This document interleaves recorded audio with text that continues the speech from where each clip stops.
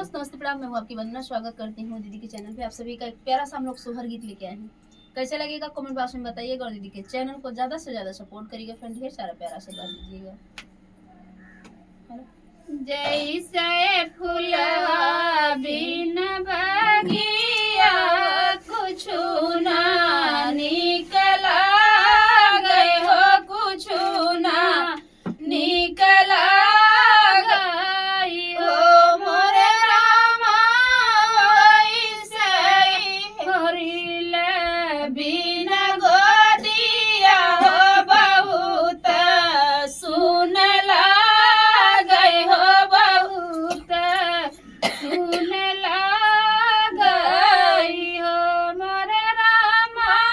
वैसे हरिल बिन गोदिया हो बहुत सुन गए हो, बहुत सुन गई हो।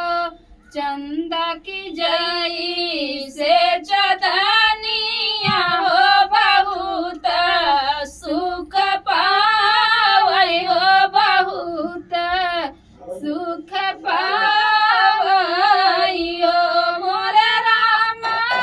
वैसे ललना बिन गोदिया हो हमारी तरसावई हो, हमारी तरसावई हो। गौआ गिराऊआ के सखिया हो हमारी ताना मारई हो, हमारी ताना मारई हो मोरे रामा।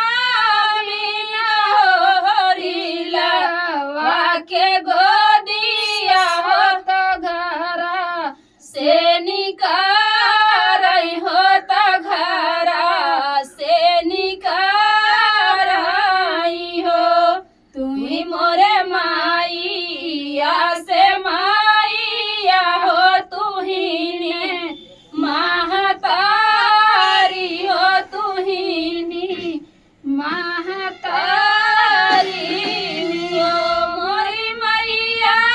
गोरिया में देहु नाला नावा हो बिनती सुन मोरी हो, बिनती सुन मोरी नियो। सुनी के ही मैया सखिया बोलिया हो जिगर हमरा धड़कै हो, जिगर हमरा धड़कै हो मोरी मैया।